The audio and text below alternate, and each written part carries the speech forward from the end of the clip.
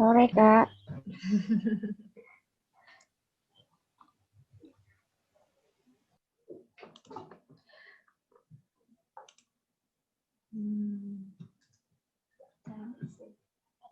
Oke, 4:05 nanti aku mulai diskusinya ya.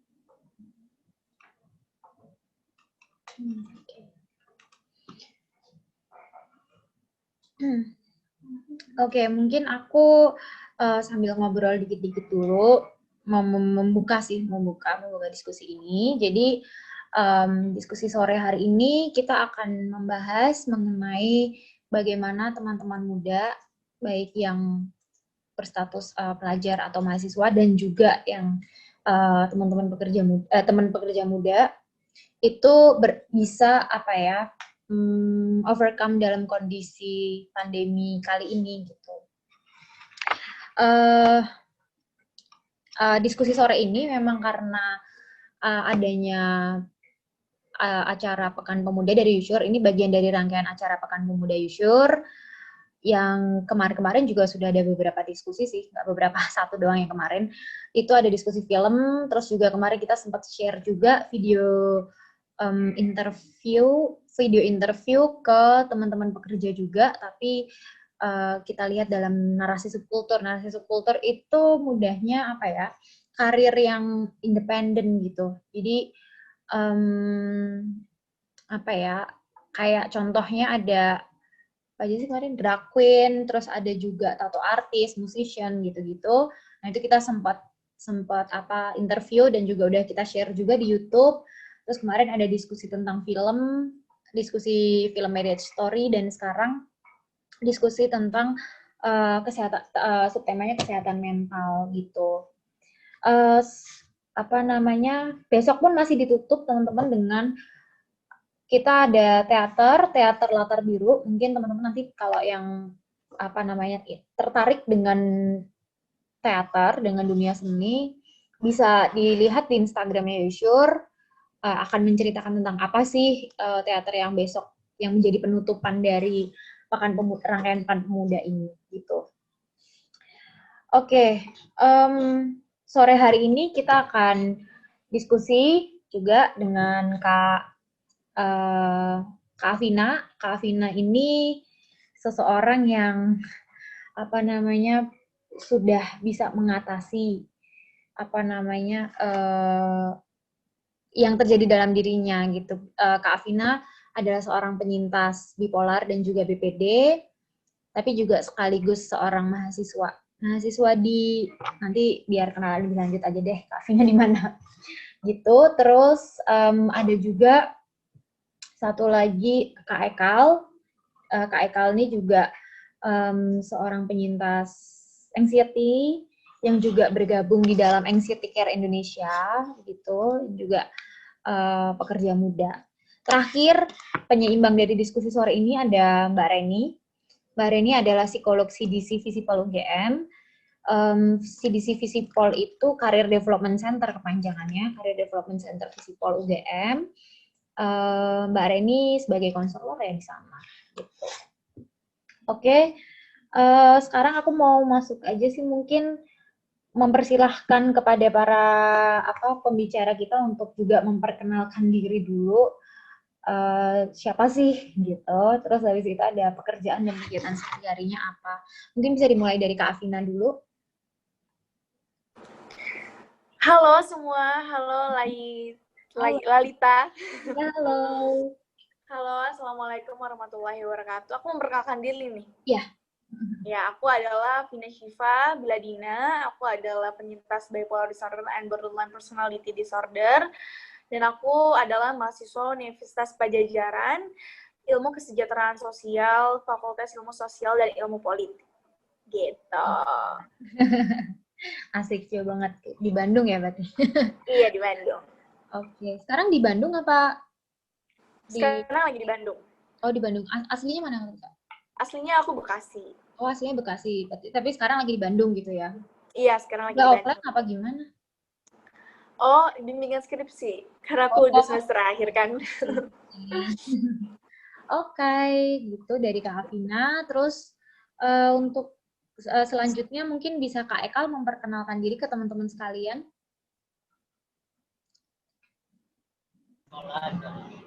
Halo semua, Assalamualaikum. Iya, waalaikumsalam. Kak. Halo, kenalin namaku Ikal Akbar atau biasa dipanggil Ekal. Umurku 20 tahun. Aku bekerja sebagai freelance dan juga seeker Indonesia. Aku juga penyintas anxiety disorder. Nah, kegiatan sehari-hari setelah kerja, aku juga mengurus itu dan yang ada yang di bawah naungan Yayasan Astika Indonesia. Gitu. Oke, dari Astika Indonesia. Oke, kalau gitu. Tadi udah disebutin Kak Ekal ini kan freelance juga ya. Berarti 20 tahun freelance mahasiswa atau kayak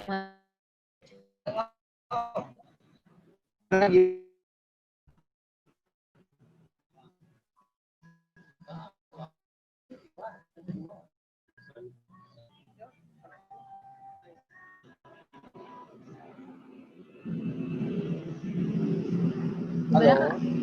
Coba. Ya, halo, iya. Halo, gimana? Iya, jadi Kakak ini kan tadi bilang 20 tahun, terus habis itu sebagai freelancer. Nah, itu Kakak Ya. mahasiswa juga atau double gitu, mahasiswa dan juga freelance gitu? Enggak. Oh. Pekerja doang. Oh, oke. Di bidang apa freelance-nya, Kak? Di bidang TO dan juga aku membina juga bekerja juga di salah satu panti rehabilitasi. Panti rehabilitasi di Rehabilitasi narkoba. Oh, di panti rehabilitasi narkoba. Oke. Terus terakhir Mbak Reni nih, boleh memperkenalkan diri. Oke, halo Lita. Kedengeran ya suaranya? Kedengeran kok. Oke, baik. Perkenalkan, saya Randy, saya psikolog di CDC Visipol UGM. Mungkin kalau teman-teman di sini adalah mahasiswa Visipol yang ikut, maka mungkin sudah pernah gitu ya, melihatlah paling enggak saya berkeliaran di kampus gitu.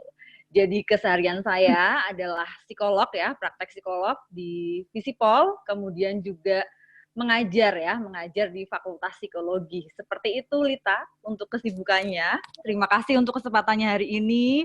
Bisa diskusi bareng teman-teman ya, teman-teman yang masih muda-muda nih gitu kan. Mungkin saya di sini kan yang paling tua ya kayaknya ya.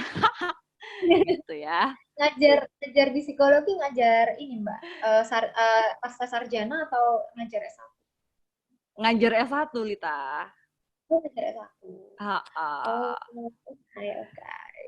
Oke, kalau gitu aku mau membuka diskusi sore ini dengan menanyakan ke Kak Afina.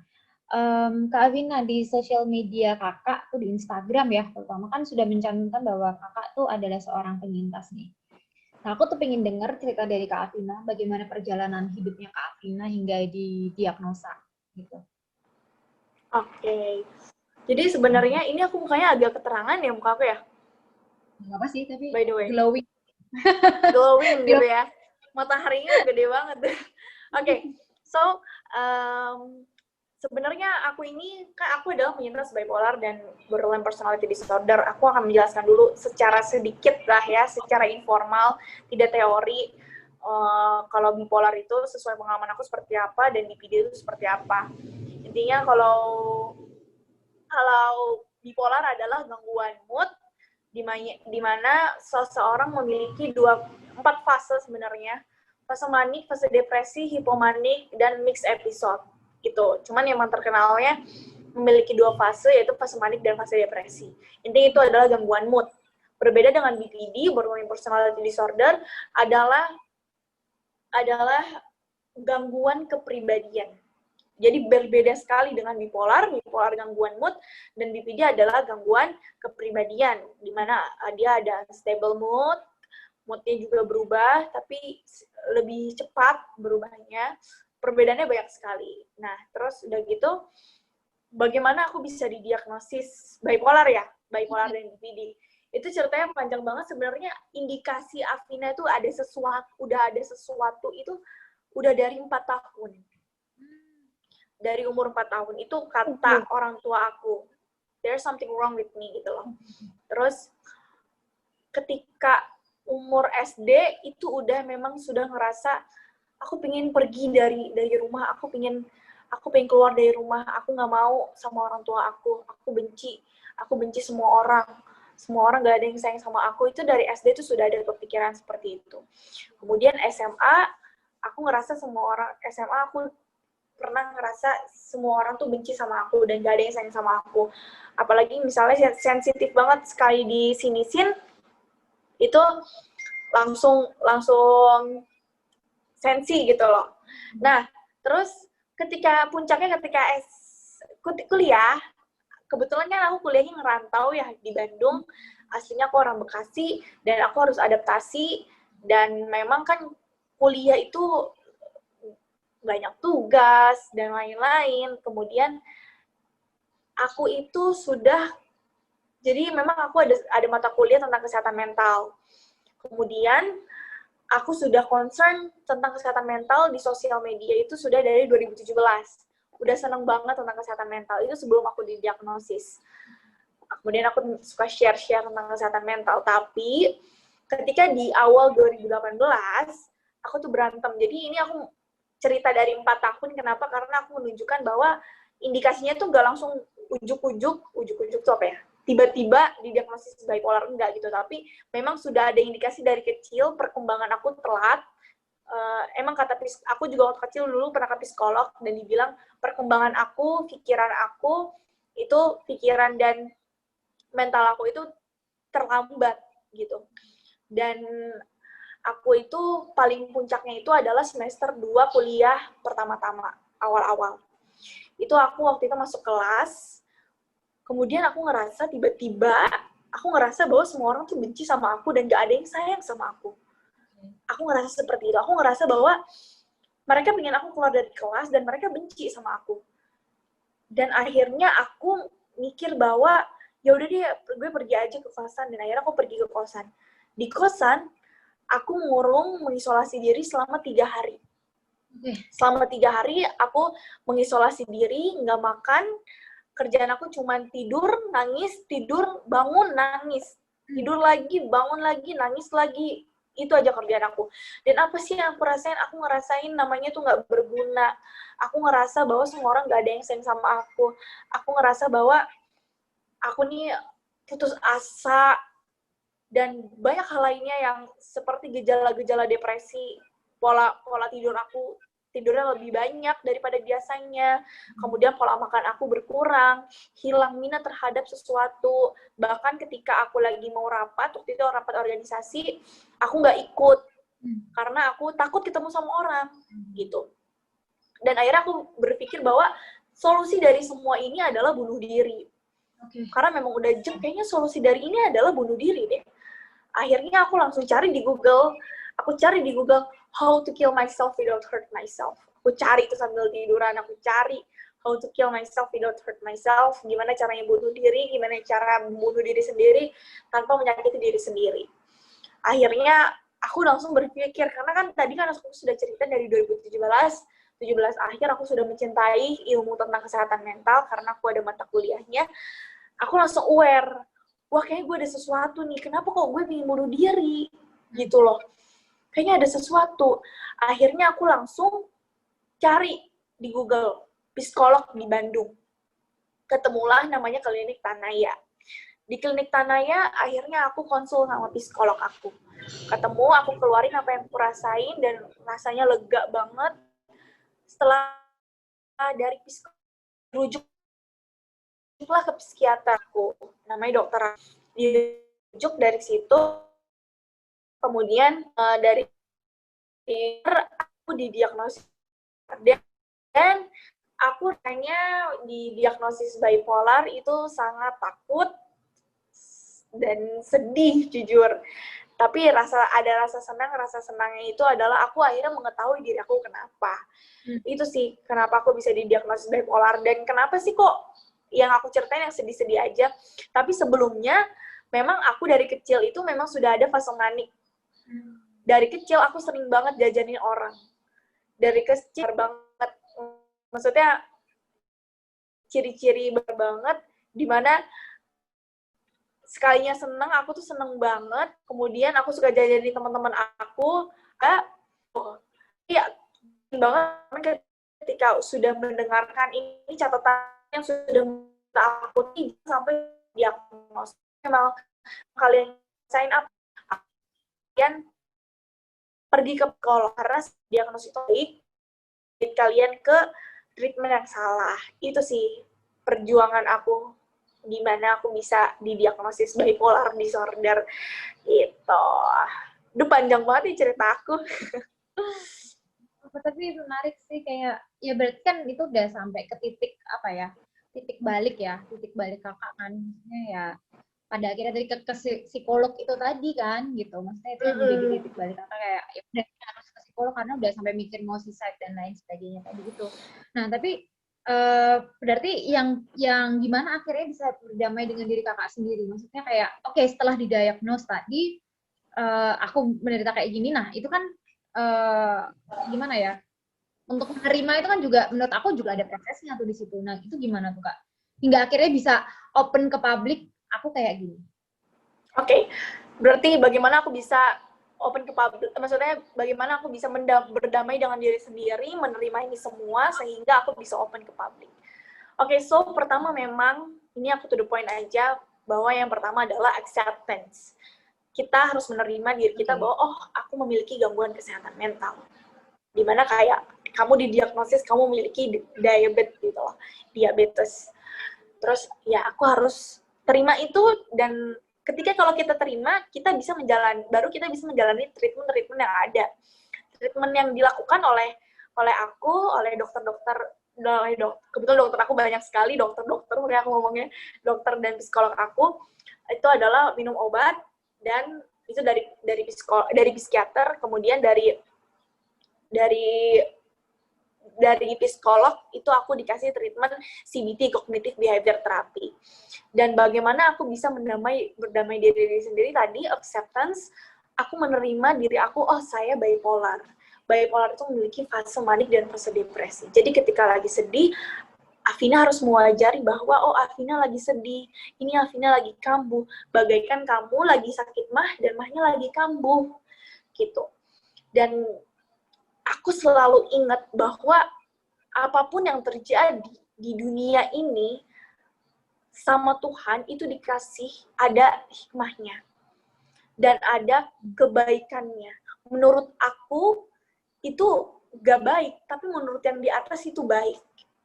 Dan aku yakin banget aku didiagnosis bipolar, aku punya bipolar, aku punya BPD, itu ada hikmahnya. Tapi mungkin gak dikasih sekarang, tapi aku dikasihnya nanti. Pasti, dan aku ngerasain hal itu, ada hikmahnya gitu. Dan bagaimana aku bisa speak up, oh ya, dan dokter aku selalu bilang kayak gini, ketika aku didiagnosis bipolar, beliau bilang gini, Afina, semua orang menganggap bahwa ini adalah kelemahan kamu. Karena stigma buruk masyarakat seperti itu ya, bahwa orang yang memiliki bipolar atau orang yang gangguan kesehatan mental lainnya adalah orang yang lemah, orang yang memiliki kurang iman, dan lain-lain. Tapi dari situ psikiater aku bilang bahwa orang yang memiliki gangguan kesehatan mental adalah orang-orang terpilih dan orang-orang yang memiliki kekuatan. Ini tuh kekuatan kamu, Afina. Gitu. Itu aku selalu ingat itu. Dan ceritanya gimana aku bisa speak up, akhirnya sebelumnya aku tuh bisa menerima diri sendiri itu selama 2 tahun. Aku didiagnosis sudah hampir mau 3 tahun, berarti aku menerima diri aku sendiri itu hampir mau 3 tahun prosesnya. Sampai sekarang aku masih proses untuk menerima diri sendiri, karena jujur aja menerima diri sendiri, mencintai diri sendiri itu nggak gampang. Tapi bagaimana aku bisa speak up?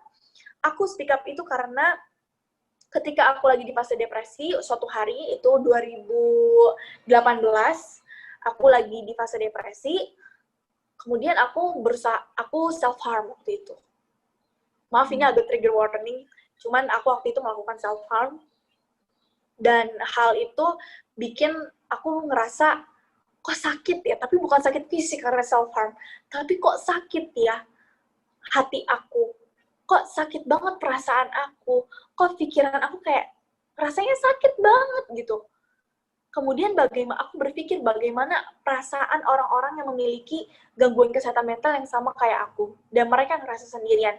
Bagaimana orang-orang yang ngerasain apa yang kurasakan, tapi mereka takut untuk pergi ke psikolog, tapi mereka takut untuk pergi ke psikiater, gitu.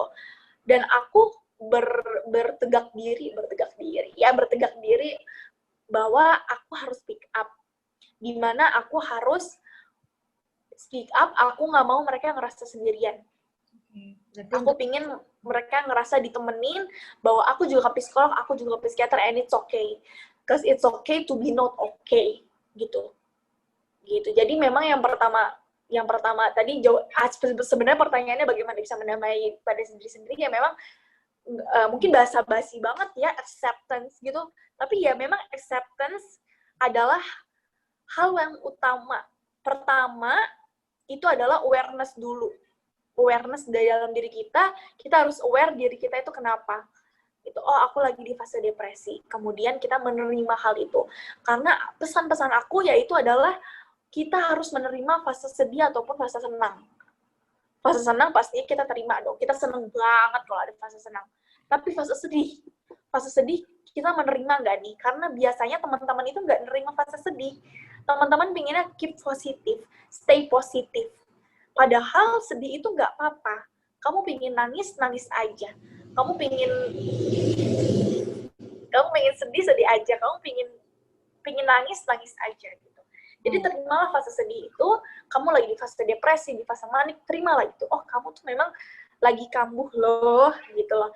Kamu memang seperti orang lagi sakit mah, kemudian kambuh mahnya. Karena misalnya dia nggak minum obat dan lain-lain, gitu.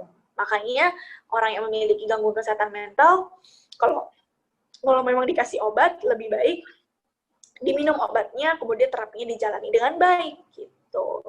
Oke. Nah, dengan semua yang sudah kakak ceritain nih, sekarang kita masuk nih ke dalam konteks situasi pandemi. Gimana sih dengan situasi pandemi ini? Mungkin bisa mulai diceritakan keseharian kakak sebagai mahasiswa sebelum pandemi. Singkat aja mungkin ceritanya. Oke, selama pandemi ini, aku awalnya kaget ya. Ini tuh pandemi beneran gak sih?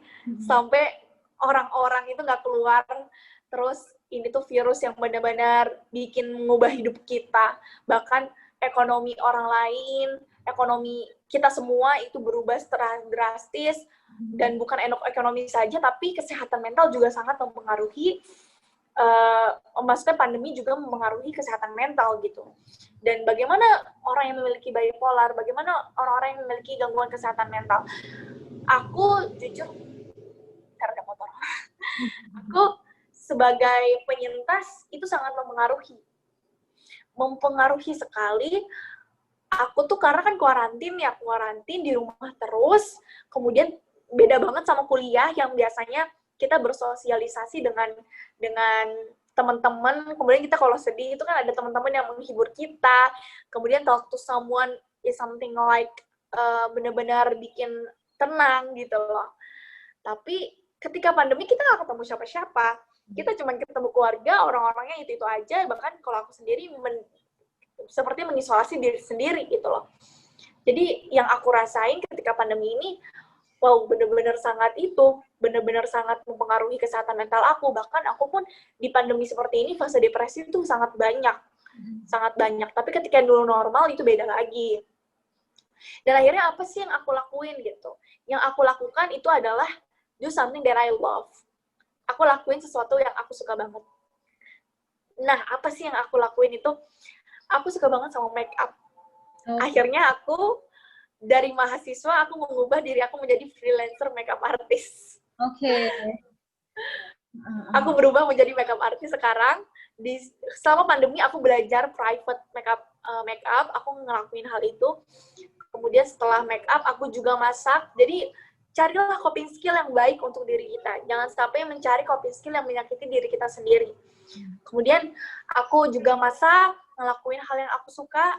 Karena masak itu coping skill yang bagus sekali. Kemudian setelah masak, aku juga photoshoot, virtual photoshoot. Waktu itu zaman-zamannya masih ada. Karena kan ketika virtual photoshoot kita mandi, habis itu setelah mandi kita dress up, terus kita make up-an. Itu kan bikin mood booster banget ya. Gitu. Jadi itu sih keadaan aku ketika pandemi. Jadi bisa sebenarnya memang mungkin pandemi kelihatannya suatu hal yang bikin ribet, bikin kita ngerasa sendiri, tapi kita sebenarnya bisa ngelakuin hal yang kita suka. Olahraga juga, itu tuh bisa banget gitu. Jadi itu sih yang aku lakuin. Gitu. Jadi selain jadi mahasiswa, aku berubah menjadi seperti itu gitu. Berarti kan kakak udah bisa acceptance dengan keadaan pandemi ini dong, gitu kan. Maksudnya kan itu first dulu, baru nanti cari, ya udah deh daripada berlarut-larut dalam keadaan kayak gerutu dalam kayak ngegrundel dalam keadaan kayak gini, mendingan cari sesuatu yang tadi itu yang kakak bilang kakak suka dengan jadi makeup artist dan juga virtual photoshoot tadi itu ya. Iya, dan jadi berarti ketika aku sudah gue harus nerima keadaan seperti ini. Yaudah yuk lakuin aja yang aku suka. Itu berarti aku sudah menerima hal itu. Dan aku senang banget ada kegiatan webinar seperti ini di masa pandemi seperti ini. Ini juga bermanfaat banget buat teman-teman. Ini juga bermanfaat buat aku yang sharing gitu. Oke. Kalau gimana sih Kak dengar pemberitaan di media nih? Nah, dengan Kakak maksudnya kan pemberitaan di media kan apalagi awal-awal pandemi kemarin kan itu kan sangat serem sih. Maksudnya awal-awal pandemi kan ngeberitain media tuh kadang-kadang buruk-buruk ya. Ngeberitain tentang pandemi tuh ya gitu deh. Pokoknya Kakak bisa iniin sendiri. Nah, itu kalau dari Kakak sendiri kemarin pas ngedenger atau ngebaca berita dari media itu gimana? Apalagi dengan kakak basicnya itu atau latar backgroundnya itu kakak udah ada bipolar dan BPD itu apakah berpengaruh juga gitu atau gimana? Berpengaruh sekali. Karena kan lingkungan itu kan termasuk lingkungan ya. Karena human and environment gitu loh. Aduh, aku jadi bahas mata kuliah aku. Tapi intinya human itu, environment itu sangat mempengaruhi human gitu. Tapi tergantung sih bagaimana kita menghadapinya. Tapi aku jujur aja ketika aku mendengar berita-berita buruk seperti itu, aku sedih. Kenapa sih yang buruk-buruk terusan diceritain? Kenapa sih? Aku waktu itu karena masih ngerasa mengisolasi diri, aku juga udah sedih, makin sedih gitu. Dan aku ngerasa ini kayaknya toksik banget, aku denger berita seperti ini dan bikin diri aku tuh nggak nyaman. Ya udah, kalau kayak gitu aku stop dengerin berita kayak gitu, stop baca berita tentang COVID-19. Tapi kita tetap harus awareness, harus tetap ada kesadaran terhadap COVID-19 itu adalah suatu hal yang sangat bahaya dan kita harus mengikuti protokol kesehatan. Tapi ya tadi aku berusaha untuk tidak mendengarkan karena demi kesehatan mental aku. So, aku ngelakuin apapun yang aku suka, yang bikin aku senang, aku nggak mau ngeburukin diri aku dengan aku mendengar berita-berita media. Pokoknya yang aku tahu adalah COVID-19 bahaya dan aku harus melakukan protokol kesehatan dengan baik, gitu.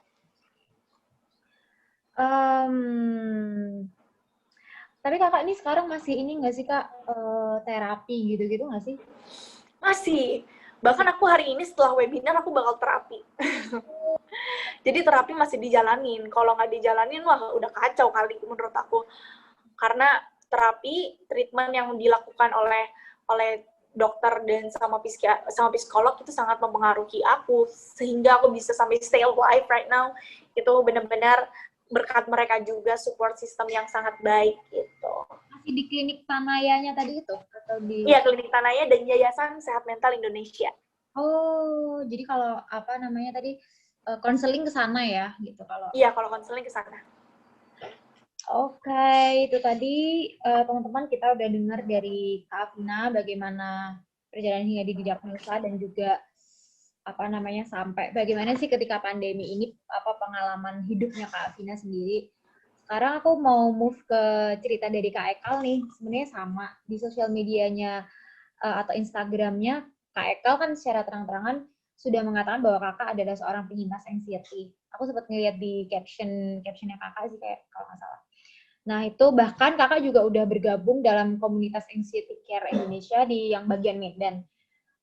Pengen denger juga sih, Kak, gimana cerita perjalanan hidup Kak Ekal hingga didiagnosa.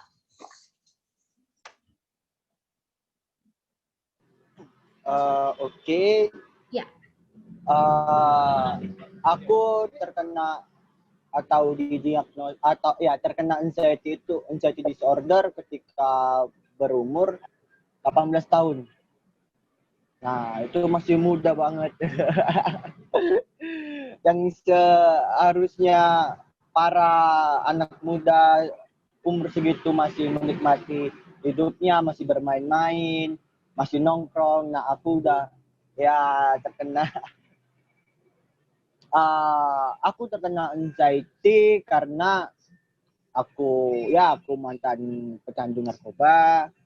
Tambah lagi juga aku mempunyai beberapa sifat buruk ya, seperti sifat penganalisa, suka menebak-nebak masa depan, pemikir keras, dan masih banyak lagi. Dan ditambah lagi aku ada hal atau ada stres yang membuat aku terkena gitu. Nah, suatu malam ketika pulang ke rumah tiba-tiba kok jantung berdebar nih gitu, kok sesak nafas dan rasanya seperti mau mati gitu, kayak mau melayang gitu. Nah, aku bingung tuh apakah aku benar-benar mati nih gitu. Nah, waktu dibawa ke IGD tiba-tiba kok hilang gitu, tiba-tiba kok sehat lagi tuh. Nah, aku penasaran tuh kan. Nah, udah lalu balik 2 hari kemudian balik lagi tuh.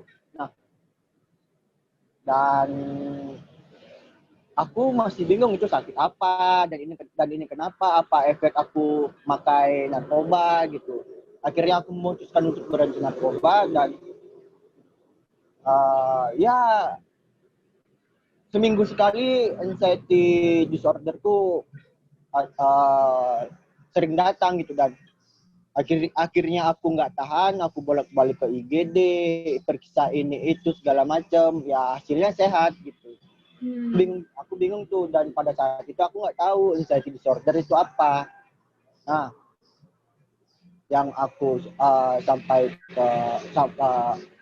aku kira efek narkoba ini ya, makanya aku sempat direhabilitasi dan pulang dari rehabilitasi ya masih gitu juga tuh. Nah, bingung kan sakit apa ini segala macam.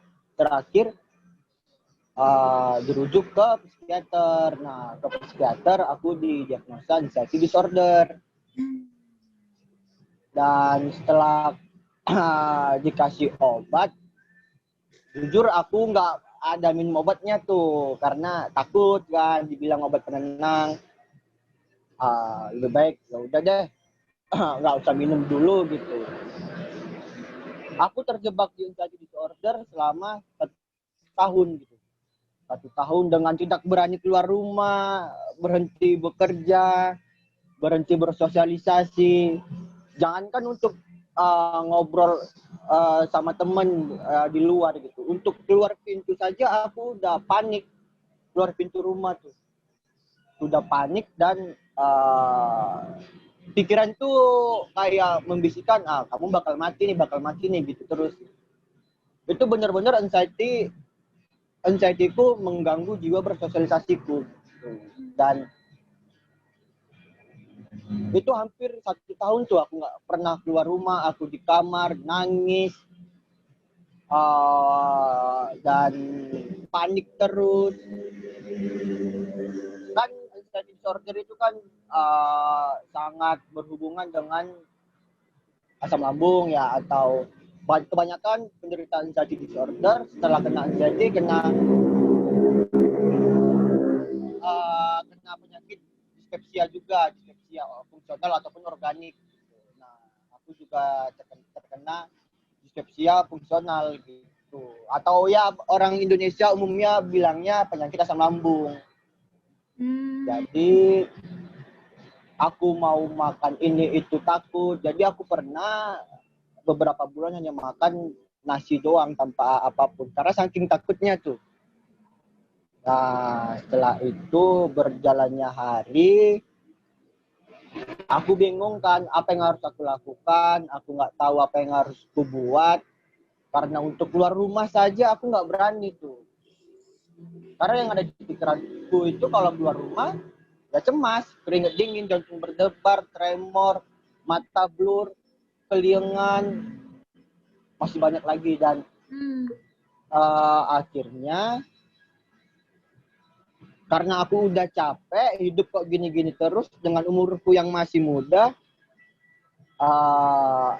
aku udah kayak gini gitu. Sempet juga ya mikir diguna-guna juga segala macam lah, dan akhirnya aku menyerahkan hidupku seluruhnya ke Tuhan gitu. Aku mencoba berdamai dengan takdirku, aku mencoba berdamai dengan kehidupanku. Aku mulai mencari tahu tuh apa yang salah di diri aku, dan aku mulai mencari tahu apa yang harus kuperbaiki. Gitu. Akhirnya awalnya aku mencoba untuk lebih dekat ke Tuhan gitu.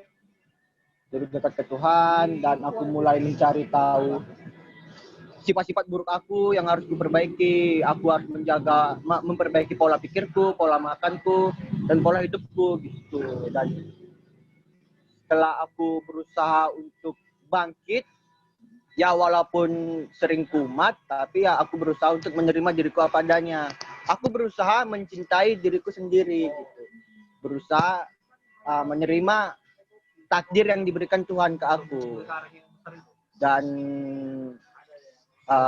setelah aku mencoba berdamai dengan fase penyembuhan yang hampir lama, yaitu hampir 8 bulan, akhirnya aku bisa berdamai dengan anxiety-ku gitu.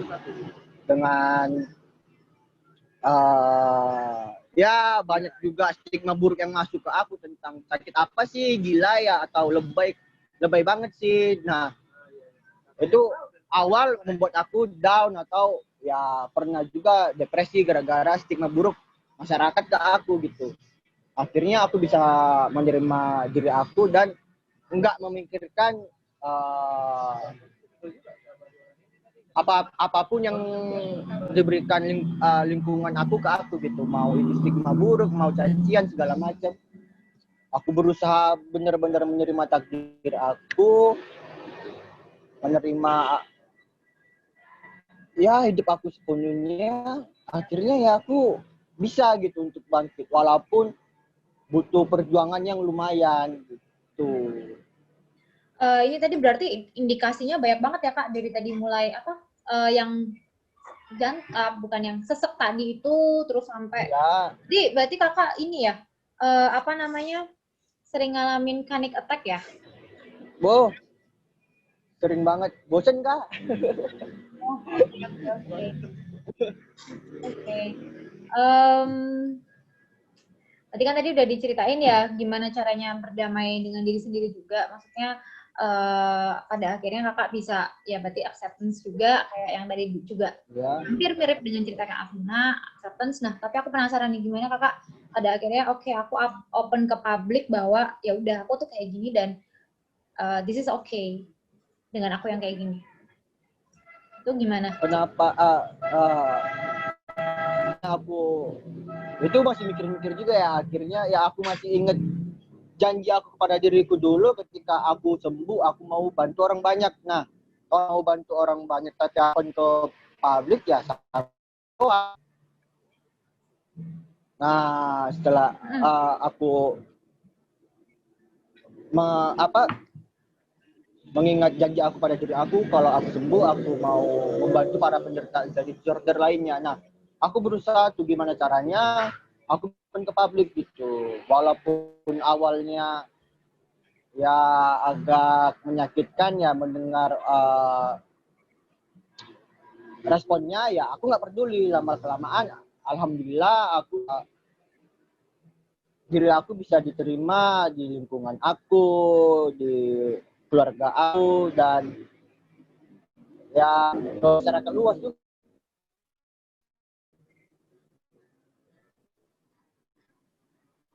Halo? Halo? Halo? Iya? Ya. Ya, nyambung.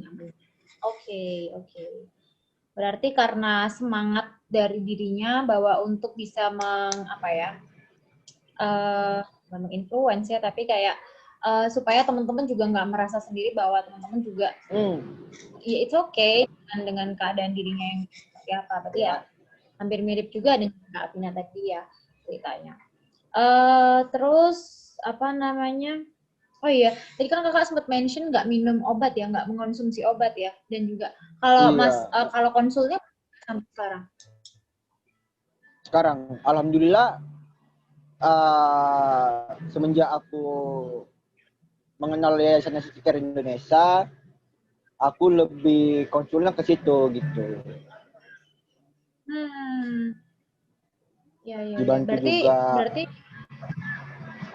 udah nggak pernah konsul atau gimana? Gimana? Nggak pernah konsul gitu atau gimana kak? Udah nggak pernah konsul atau gimana? Semenjak waktu ke psikiater pertama kali dan nggak minum obat, habis itu ya hanya ke IGD dan akhirnya capek kan. Ini ya kayak udah nggak usah lah ngabisin duit, ya udahlah aku nerima dari kau padanya gitu. Akhirnya ya nggak mau konsul lagi.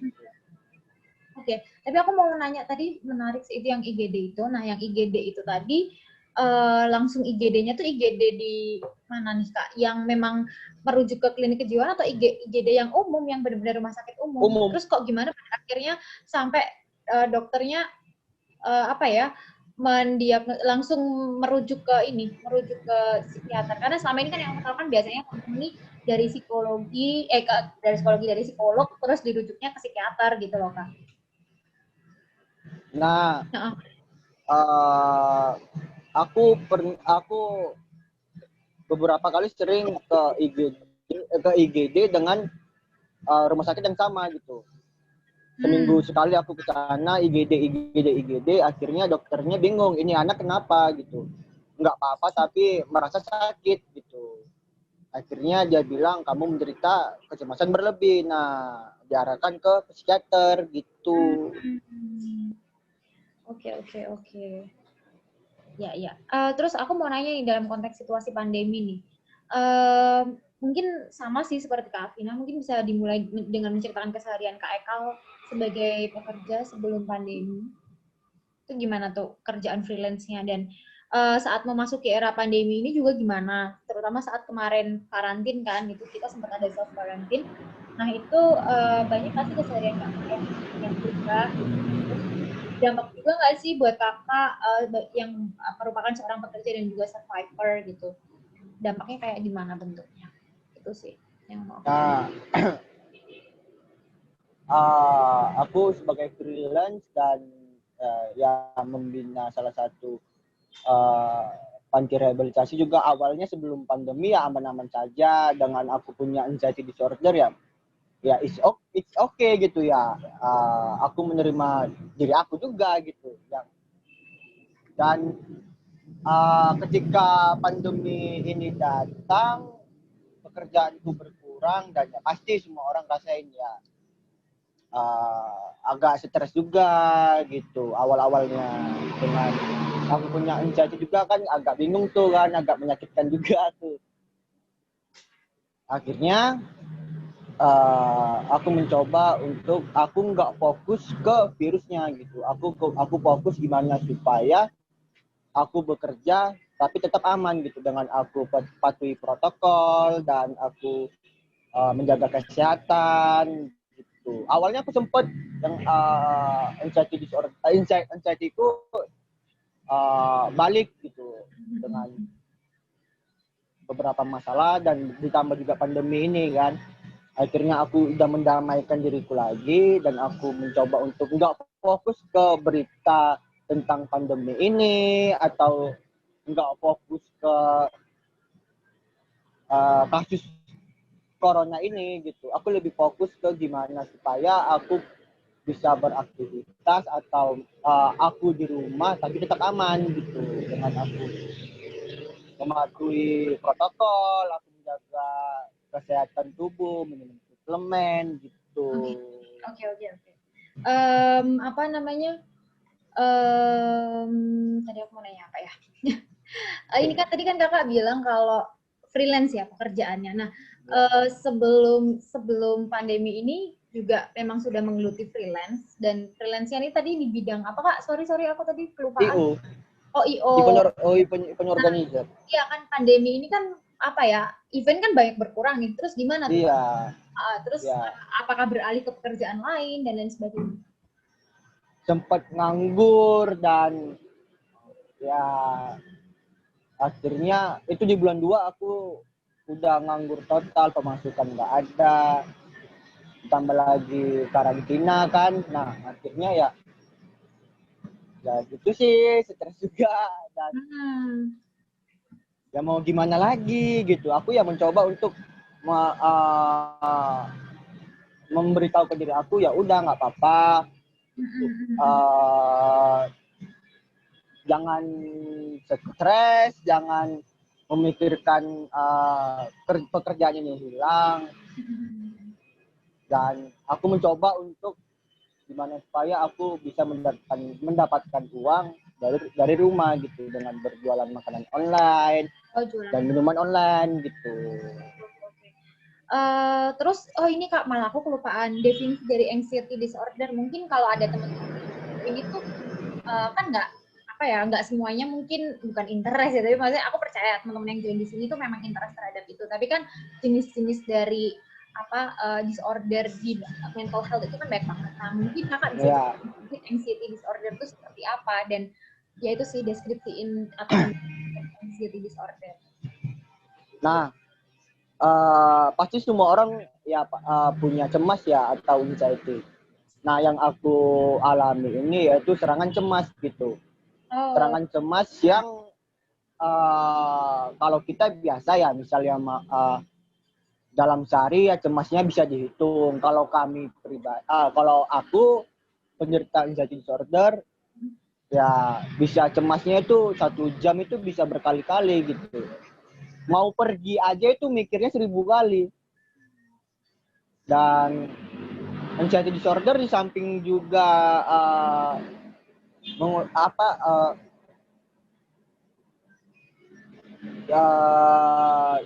mengeluarkan cemas berlebih, di samping itu juga mengeluarkan psikosomatis. Nah, atau gejala tubuh yang psikosomatis itu adalah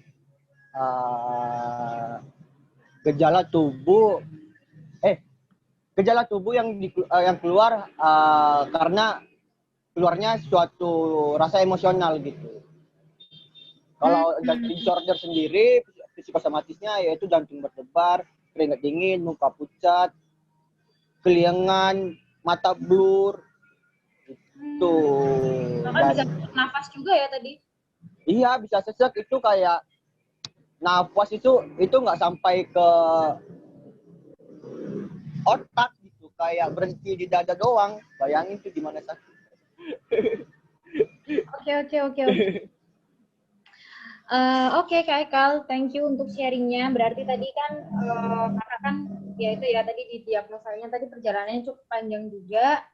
Terus akhirnya bisa berdamai dengan diri sendiri. Terus sekarang aku mau ke Mbak Reni sih. Mbak, aku mau nanya apa namanya? Gimana sih Mbak Reni ngelihat fenomena kesehatan mental teman-teman muda sebelum pandemi ini. Nah itu tuh didiagnosa apa aja sih Mbak yang biasa terjadi pada teman-teman muda? Oke, baik. Jadi kalau kita ngomongin teman-teman muda gitu ya, nah kalau saya konteksnya berarti mahasiswa Visipol UGM gitu ya, kebanyakan karena saya praktek di situ. Nah kalau dari teman-teman muda sendiri gitu ya, datang ke psikolog itu sebenarnya tidak harus ketika kita sudah sakit gitu ya, tapi untuk pengembangan diri pun oke untuk datang ke psikolog. Jadi yang datang ke psikolog sebelum pandemi itu sebenarnya mereka ada yang pengembangan diri, kemudian untuk karirnya gitu ya, hingga ada yang mengalami mungkin stres akademik, terus juga memang ketika kita bicara tentang masalah gangguan kesehatan mental itu ya, mayoritasnya adalah mereka kecemasan dan juga depresi gitu. Tapi ada juga yang bipolar itu ada, kemudian yang PTSD pun ada gitu ya. Jadi macam-macam, mulai dari yang memang datang untuk mengembangkan diri sampai yang memang membutuhkan konseling rutin gitu, Lita. Belum pandemi ya. Sorry Lita, masih di mute. Lupa Mbak, maaf. Berarti sebelum pandemi ini Mbak Reni udah membantu banyak teman-teman ya Mbak ya? Maksudnya membantu untuk membimbing sih, tapi ya itu membimbing teman-teman ya. Oke, berarti tadi ada BP macam-macam ya Mbak, memang gangguannya BPD, anxiety, depresi gitu ya yang sering terjadi pada teman-teman muda gitu. Oke, terus aku mau masuk ke masa pandemi sih Mbak. Gimana Mbak Reni melihat fenomena kesehatan mental teman-teman muda di dalam situasi pandemi ini, terutama saat memasuki masa karantina? Apakah memang jumlah yang terdiagnosa itu bertambah Mbak? Gitu. Karena kalau aku ngelihat data dari internet sih, aku searching aja nih by internet itu memang nambah. Nah, aku pingin dengar dari perspektif yang memang Mbak Reni selaku konselornya langsung yang memang menangani di lapangan lah istilahnya gitu. Oke, jadi Lita, kalau kita ngomongin pandemi gitu ya, pandemi ini kan memang kondisi yang abnormal gitu ya. Kondisi abnormal, kondisi eksternal yang memang itu tidak bisa kita kontrol gitu kan. Pandemi itu nggak bisa kita usir, kita tinggalin, itu kan nggak bisa gitu ya. Nah di masa pandemik ini menurut saya memang kita perlu menurunkan standar sehat mental kita gitu. Karena di masa pandemi ini rasa cemas, rasa khawatir, kemudian stres yang muncul itu merupakan respon yang wajar gitu ya. Jadi kalau misalnya pas pandemi ini produktivitasnya kok menurun ya, itu hal yang lumrah gitu ya, diserba mungkin ada keterbatasan tertentu. Kemudian juga ketika kita nggak bisa berfungsi seperti sedia kala misalnya ya, kayak kalau dulu kita mobilitasnya tinggi banget nih gitu kan, ngisi ke sana, ngisi ke sini, sekarang mungkin daring gitu ya. Nah itu that's okay gitu. So dengan kita nggak sakit, that's more than enough gitu ya di masa pandemik ini gitu. Nah kalau ngomongin dampaknya nih bagi kesehatan mental, memang betul tadi kata Afina juga ya, bahwa ini memang berdampak pada kesehatan mental, pada semua pihak gitu kan. Kita perlu menyadari itu gitu, walaupun kadarnya itu emang beda-beda nih Lita gitu, antara yang satu dan dengan yang lain gitu. Kayak ibarat kita lagi, ini kan hujan ya di Jogja ya, lagi hujan-hujan nih ya, kita naik kendaraan gitu kan, ada yang naik mobil, naik motor, mungkin ada beberapa yang dorong gerobaknya. Tentu dampak hujan itu beda-beda gitu ya bagi satu dan yang lainnya gitu. Ada yang keciprotan, ada yang masih aman di dalam dan lain sebagainya. Tapi semuanya terkena dampak gitu ya, yang perlu kita sadari gitu. Baik secara ekonomi gitu ya, fisik, dan itu tentunya tadi itu mempengaruhi kesehatan mental kita gitu. Nah resikonya nih ya di pandemi ini salah satunya memang karantina diri ya, yang tadi sudah sempat disebut-sebut. Jadi yang lucu itu di awal karantina gitu ya. Bener. Awal karantina ini memang untuk peminat daripada konseling itu meningkat gitu ya. Jadi banyak konseli baru saat masa karantina diri tersebut gitu. Nah mereka ini sebenarnya bagus gitu ya, pertama karena mereka aware dengan kondisi dirinya gitu kan. Jadi akhirnya mereka aku seek for help gitu ya. Jadi sekedar check up itu mereka jalankan itu, dan itu bagus gitu ya, dan bisa teman-teman terapkan gitu daripada self diagnose kayak yang tadi dibilang gitu. Nah karena kontak sosial terbatas itu kan jadinya menimbulkan resiko untuk kesehatan mental sendiri gitu ya. Mungkin tadi juga Afina dan Ekal juga merasakan gitu, dengan kontak sosial terbatas kok akhirnya mempengaruhi juga ya ke kondisi mental kita, ke mood kita gitu ya, ke kecemasan kita dan lain sebagainya. Kemudian ditambah lagi resesi ekonomi gitu ya. Ada yang keluarganya bangkrut ya, yang dampaknya itu kan sesignifikan itu gitu sebenarnya, kesulitan ekonomi yang mungkin awalnya bisa hidup dengan standar segini gitu ya, harus turun tentunya itu butuh untuk adaptasi gitu ya. Terus juga kerja gitu ya, teman-teman muda yang ini yang baru lulus ya kan banyak ya, yang kayak baru lulus belum wisudanya daring, terus lapangan pekerjaan pun kan juga sekarang mungkin ada hambatan-hambatan dalam rekrutmen seleksi, kayak beberapa rekrutmen seleksi dibatalkan dan lain sebagainya. Itu mereka pada datang dan pada konseling gitu ya. Kemudian juga ada lagi yang memang keluarganya gitu ya terkena misalnya COVID-19 gitu. Dan dia akhirnya merasa cemas dan lain sebagainya gitu ya. Belum lagi ada stigma tentang COVID-19 ya di awal-awal dan lain sebagainya, itu yang menimpa mereka gitu. Ketika memang kita bicara soal case yang muncul di masa karantin itu gitu. Tambah lagi kayak relapse gitu ya. Jadi teman-teman muda yang memang sudah punya anxiety, sudah punya depresi sebelumnya, nah ini relapse ketika kemarin masa-masa awal karantin gitu. Jadi benar mungkin kata Afina tadi bahwa kok fase depresinya lebih banyak ya gitu ya. Itu memang terjadi dan itu real gitu ya. Terus juga gejala psikosomatis misalnya ya, kayak kecemasan, kemudian kayak misalnya kita keluar bentar, ini udah sesak nafas. Ada juga yang melakukan seperti itu di awal-awal, jadi udah sesak nafas, kemudian kayak perutnya sakit, pusing gitu ya, ketika ketemu orang papasan, rasanya udah pusing. Nah itu juga muncul kecemasan-kecemasan seperti itu. Di samping waktu itu ada fenomena panik buying gitu ya. Mungkin itu sih kalau yang terjadi ya selama pandemi ini.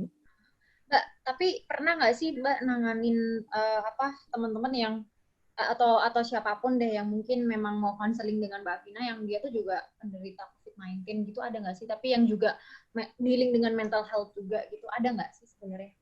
Adakah? Atau Oke, kalau itu nggak ada ya kebetulan, tapi kalau keluarganya yang memang terkena COVID-19, itu ada sampai meninggal juga gitu. Jadi dia harus dealing dengan grief gitu kan, dengan kehilangan di tengah pandemi kehilangan ini. Dan juga dirinya sendiri gitu ya Mbak? Iya, betul sekali gitu. Jadi banyak stresor juga yang muncul ya di tengah pandemi ini. Mbak, aku mau nanya deh. Sebenarnya kapan sih waktu konsultasi yang dilakukan oleh teman-teman muda ini pada dilakukan? Maksudnya kayak apakah kebanyakan dari mereka tuh melakukan konsultasi itu saat sudah kondisi yang cukup gawat, atau justru teman-teman muda ini pada memiliki kesadaran dini ya gitu. Mungkin Mbak Reni bisa bercerita sedikit sih, berbagi sedikit sih sama teman-teman juga yang ada di room ini. Kapan waktu ideal yang sebaiknya harus dilakukan konsultasi dan pendampingan? Maksudnya ada apa saja gejala-gejala yang penting untuk diperhatikan? Indikasi apa yang untuk diperhatikan gitu? Oke, baik. Jadi kalau survei ya, jadi CDC kan melakukan survei nih pada mahasiswa juga gitu ya yang datang ke kita gitu. Ternyata jumlahnya itu meningkat dari tahun ke tahun. Karena kan psikolog di Visipol sendiri udah sejak tahun 2013 ya. Udah lama banget tuh ya. Dari awal yang konseling itu cuma 1 orang sebulan sekali gitu ya. Nah sekarang tuh jadinya lebih banyak gitu ya. Sekitar 90-an sampai di bulan ini gitu, untuk tahun ini gitu kan. Jadi meningkat dari tahun ke tahun. Nah, di sini harapannya artinya adalah bahwa teman-teman ini awareness-nya sudah mulai meningkat nih tentang kesehatan mental. Jadi kesadaran mereka untuk seek for help itu sudah cukup bagus. Jadi yang datang ke psikolog pun ya, kalau dari pengalaman praktek saya, itu mereka bahkan ketika mengalami gejala-gejala misalnya kok aku udah merasa menurun ya minatnya gitu ya. Nah itu sudah datang gitu sehingga bisa di-prevent gitu untuk tidak lebih parah gitu. Itu bagusnya sih. Jadi kesadarannya sudah cukup bagus. Tapi ada juga nih case-case tertentu yang memang si klien ini datang ketika kondisinya sudah parah, itu juga ada. Misalnya nih datang ketika memang ternyata sudah mengalami depresi selama berbulan-bulan gitu ya, bahkan sampai sudah membahayakan dirinya dan orang lain, itu juga ada gitu. Jadi memang range-nya macam-macam ya, tapi yang aware juga sudah cukup banyak nih kalau di praktek saya sendiri gitu. Oke, nah itu Mbak, kapan sih maksudnya mungkin bisa berbagi ke teman-teman biar apa ya? Oh iya. Mungkin kalau ada orang sekitarnya yang mungkin indikasinya seperti apa, yang harus yang penting lah untuk diperhatikan dan juga waktunya tuh kapan sih? Maksudnya supaya mungkin membangkitkan dini tadi tuh loh Mbak, jadi nggak yang terus waktu udah gawat baru konsul gitu kan? Oke, jadi sesegera mungkin gitu ya teman-teman. Jadi datang ke psikolog itu yang pertama boleh kok untuk mengembangkan diri atau untuk sekedar bertanya tentang kondisi kamu. Itu sangat boleh sekali gitu. Kami menerima itu gitu. Kemudian kita juga perlu lakukan upaya preventif gitu ya supaya dapat tertangani lebih dini. Nah, jadi kapan sih ciri-ciri ketika kita memang perlu pergi ke psikolog gitu ya, mungkin kita. Jadi yang pertama adalah ketika memang teman-teman itu merasakan afek negatif ya, perasaan negatif kayak sedih dan lain sebagainya atau mudah marah itu berkepanjangan gitu ya, kayak kok udah lebih dari 2 minggu aku kayak gini-gini aja ya, misalnya udah 2 mingguan nih kayak gini-gini terus gitu, ngerasa kehilangan minat misalnya, atau kayak mengalami hambatan untuk melakukan kegiatan sehari-hari yang biasanya mandi 2 kali sehari misalnya jadinya mandinya 3 kali 3 hari sekali misalnya gitu kan. Terus juga atau mungkin sudah merasa ada gangguan tidur gitu, kayak kalau malam tuh sulit buat tidur gitu ya, sulit buat tidur atau bahkan tidurnya kebanyakan. Kok aku tidur terus gitu ya sampai nggak bangun-bangun. Itu bisa juga gitu ya. Atau mungkin gangguan makan ya, gangguan makan. Kayak entah itu dia jadinya nafsu makannya berkurang atau justru nafsu makannya berlebihan. Itu ada juga. Jadi yang memang gejalanya justru dia makannya banyak. Sehari itu bisa 4 kali, 5 kali makan terus. Nah itu juga kita perlu aware dengan kondisi kita gitu ya. Terus juga atau mungkin ketika teman-teman mengalami kok kayak kejadian yang nggak menyenangkan atau traumatic event gitu yang itu bikin teman-teman rasanya nggak enak gitu ya, kepikiran terus, mengganggu gitu. Nah itu bisa langsung ke psikolog gitu. Apalagi kalau udah muncul suicidal thought gitu ya, misalnya ada pikiran untuk mengakhiri hidup dan lain sebagainya. Nah itu perlu segera untuk ke psikolog untuk mencari bantuan gitu sih Lita. Jadi penting banget buat teman-teman untuk aware dengan kondisi dirinya gitu ya. Pertama aware dulu dengan kondisi dirinya, kedua juga aware dengan kondisi lingkungannya. Jadi kita bisa saling menjaga gitu sehingga kita bisa melakukan upaya preventif bareng-bareng gitu. Jadi kita perlu untuk aware gitu tadi sih.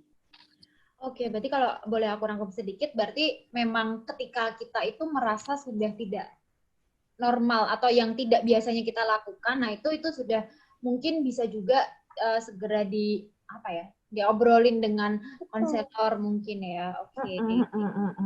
Atau kalau temennya misalnya udah bilang, kamu kok kayaknya kamu ini deh misalnya, temen deket ya udah ngerasa ada perubahan di kita gitu ya. Nah itu segeralah, gitu. Nggak apa-apa langsung ke psikolog aja. Tapi memang kadang ini sih Mbak, kalau teman dekat ya, kalau bukan karena dari pribadinya yang merasa, itu kita juga susah untuk mengintervensi gitu loh Mbak. Jadi kayak itu kan menurut aku bagian yang sensitif juga ya. Jadi kayak misalkan kamu kok aku perhatiin gini, nah itu tuh nggak sampai mau sedekat apapun, kecuali dia yang memang aku kok merasa kayak gini ya cerita ke kita. Nah itu mungkin lain cerita. Memang menurut aku yang susah tuh tadi itu sih, ketika kita melihat ada sesuatu yang berbeda dengan orang terdekat, tapi kalau mau ngomong itu kan kadang-kadang memang ya itu tadi Mbak, jadi kayak susah karena itu sensitif gitu loh, takutnya nanti dia akan merespon yang berbeda gitu, karena ya itu tadi hal sensitif gitu Mbak. Itu gimana tuh? Sungkan gitu ya maksudnya. Iya. Jadi sebenarnya kita tidak perlu judgement ya atau menilai situasi dia atau kondisi dia.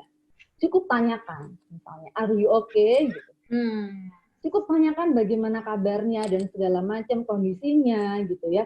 Itu awal yang mungkin bisa kamu lakukan gitu. Atau cukup ada di sekitarnya dulu deh. Kalau memang situasinya cukup sensitif banget dan nggak bisa ditanya apa-apa, ya udah kamu hadir deh di dekatnya gitu ya. Itu bisa jadi pertolongan pertama lah buat dia gitu, daripada kita diem karena kita sungkan gitu kan. Nah nanti malah berbahaya gitu bagi dirinya sendiri juga, dan nanti bisa menyesal kita kalau tidak langsung bergerak gitu kan. Jadi bisa menerapkan itu sih. Berarti ya memang ya pinter-pinternya kita juga untuk melakukan pendekatan gitu ya Mbak. Benar, dan no judgment gitu ya Lita ya. Iya. ini Mbak, aku mau nanya gimana sih dengan suicide, Mbak? Aku baca-baca kan nih, kayak misal di artikel kayak New York Times gitu, kalau di luar negeri itu banyak banget soalnya yang anak muda yang berpikir, yang kepikiran untuk suicide selama pandemi ini. Nah, kalau di Indonesia, khususnya di Jogja, seperti apa sih Mbak, apa namanya, fenomena suicide itu gitu? Maksudnya, terutama selama pandemi ya. Kalau misalnya kita ngomongin tentang fenomena suicide ya, kayak kalau di pemberitaan aja ya, misalnya kita lihat gitu kan ada kayak misalnya remaja SMA gitu ya kemarin kayak suicide gara-gara beban akademik ya yang tinggi gitu kan, itu dampak juga dari sistem COVID-19 ini gitu ya misalnya. Terus juga ada juga pasien COVID-19 yang memang dia akhirnya lompat dari gedung gitu kan, karena dia hasil swabnya masih positif misalnya. Hal-hal tersebut memang mungkin saja terjadi gitu ya, dan mengancam gitu ya kesehatan dan kesejahteraan individu itu sendiri gitu. Nah kalau saya baca gitu ya di surveinya mental health dari Perhimpunan Dokter Spesialis Kedokteran Jiwa gitu, jadi kayak ini ada data, dia ngelakuin penelitian gitu sih, tapi mungkin sampelnya ini 2000-an gitu ya, 2300-an gitu. Nah, itu pun wilayahnya terbatas gitu. Dan dia memang surveinya itu 63% gitu merasakan kecemasan gitu ya. Jadi simptomnya apa sih kecemasan itu? Ya kayak tadi misalnya yang Hekal udah paparkan gitu ya, kayak khawatir berlebihan bahwa hal buruk akan terjadi gitu misalnya. Terus juga kok jadinya irritable banget nih gitu, sulit tenang, sulit relax gitu, kayaknya gerak terus gitu ya, kayak ada hal-hal yang selalu dipikirkan terus misalnya. Terus juga ada 66% mereka juga ternyata mengalami depression gitu ya, jadi gangguan tidur, mulai dari gangguan tidur, terus udah hopeless tadi ya, rasanya udah hopeless, rasanya kok lelah, kayak udah kehilangan minat dan segala macam, itu memang ada. Dan 49% diantaranya itu memang mereka punya suicide thought gitu. Jadi ada pikiran untuk bunuh diri tersebut, 40% dari mereka. Itu sih kalau dari hasil penelitian ya, Lita gitu. Kalau di Jogja sendiri, untuk datanya saya nggak dapat ya, untuk data yang research-nya gimana gitu terkait suicide ini seperti apa. Tapi ya kalau dari case-case yang mungkin saya tangani itu ya ada aja yang memang pengen mengakhiri hidupnya. Salah satunya ya karena kondisi pandemi ini triggernya gitu, yang membuat semakin sulit gitu. Ada nggak sih Mbak pengalaman dari Mbak Reni sendiri yang apa ya, yang menurut Mbak Reni itu menyentuh hatinya Mbak Reni dan kayak ini bisa nih untuk di-sharingkan ke teman-teman semua gitu.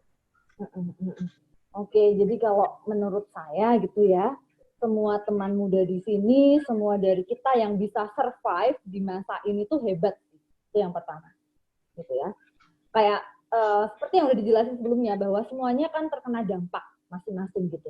Ada yang biasanya hidup mewah tadi, tiba-tiba mengalami penurunan pendapatan gitu kan, dan mampu menyederhanakan hidupnya gitu misalnya.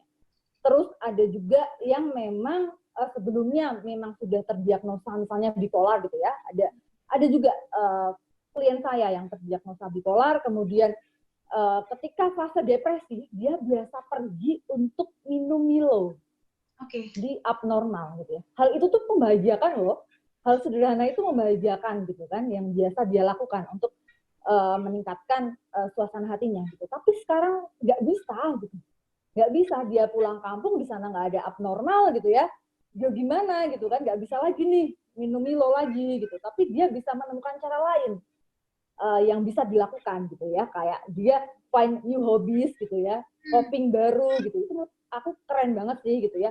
Itu good banget gitu. Jadi kayak as long as sekarang ini kita masih bisa survive dengan kondisi kita masing-masing, semuanya di sini gitu ya, mencoba fokus pada apa yang bisa kita lakukan, itu suatu hal yang keren sih. Kayak mungkin sekarang kan banyak keterbatasan gitu ya, Lita, yang kita rasakan. Tapi kita masih bisa merasakan dan menikmati banyak hal, kayak matahari, hujan sekarang gitu ya, itu. Terus habis itu juga friendship kita, pertemanan kita, gitu, rasa cinta dari keluarga kita, dari teman-teman kita masih bisa menikmati itu. Kita juga masih punya responsibility kok, kita ada tanggung jawab juga. Kita masih bebas berkreativitas, gitu kan? kita bisa melakukan hobi gitu. Artinya masih ada harapan. So, just temukan itu dan lakukan gitu. Yang bisa dilakukan sekarang. Oke, Mbak. Sekarang aku mau nanya nih tentang peran pemerintah nih. Apakah pemerintah tuh sudah hadir di dalam mengatasi kesehatan mental ini? Kalau iya tuh kayak gimana sih? Maksudnya aku mau nanya dulu deh itu apakah pemerintah itu sudah hadir untuk mengatasi kesehatan mental ini? Oke, menarik ya ini membicarakan peran pemerintah di depan anak visipol gitu ya. Oke, baik. Kalau dari sisi kesehatan mental sendiri gitu ya, sebenarnya bagusnya kalau di Jogja sebelum pandemi pun ini sudah terlaksana. Jadi di kota Jogja, terus di Kabupaten Sleman sama Bantul, di beberapa wilayah di Bantul itu sudah ada psikolog di setiap puskesmas, gitu ya. Sudah ada psikolog di setiap puskesmas. So memang akses untuk ke tenaga profesional ini sudah lebih dimudahkan lah daripada sebelumnya yang nggak ada sama sekali gitu ya. Itu langkah yang cukup bagus gitu ya, itu yang pertama. Terus kalau di era pandemi ini gitu ya, memang layanan kesehatan mentalnya juga ada yang namanya Sejiwa. Kalau teman-teman pernah dengar ya, Sejiwa gitu ya. Jadi call center-nya 911 gitu ya, dengan extension 8. Itu teman-teman bisa langsung terhubung dengan volunteer dari Himpunan Psikologi Indonesia. Yang itu memang psikolog semua dan dapat konseling selama 30 menit gitu ya. Itu salah satu program pemerintah juga. Free itu Mbak? Apa? Free. Oh, oke. Terus ada juga, jadi ada launching buku ya, buku tentang mental and psychosocial health support for COVID-19, itu juga dirilis gitu kan, yang itu mengacu pada aturan WHO gitu. Kemudian juga dengar-dengar sih ada yang namanya siaga sehat jiwa di komunitas-komunitas yang memang diturunkan ke masyarakat gitu loh, untuk bisa mendukung mereka secara psikososial kayak gitu. Itu sebenarnya yang beberapa hal yang sudah dilakukan oleh pemerintah gitu ya. Kalau kita bicara tentang apa sih yang udah dilakukan oleh pemerintah gitu. Oke. Nah, mungkin Kak Lita bisa mengkritisi gitu ya anak-anak visipol ini. Jangan di sini. Jangan di sini maksudnya. Aku cuma mau dengar dari ini aja sih, maksudnya perspektif orang yang memang punya profesi di situ gitu. Maksudnya apakah memang sudah ada peran atau belum, tapi tadi Mbak Reni menjawab memang di Jogja sendiri juga ada di setiap puskesmas, dan ya aku pernah dengar sih sebenarnya itu. Betul, dan biayanya murah, 7.000 saja sudah bisa diakses gitu kok. Oh, bayar 7.000 nih sejam ya? Apa gimana Mbak? Iya, sekitar 30 sampai 60 menit kalau nggak salah Lita. Oke. Nah, tapi kalau dari Mbak Reni sendiri harapannya untuk pemerintah ke depan nih dalam menangani kesehatan mental nih kayak gimana? Saya kan kayak menurut aku ya dari pandangan aku kesehatan mental ini kan sangat bukan dipandang gimana ya, tapi maksudnya kayak belum melihat itu sebagai salah satu urgensi, beda dengan negara.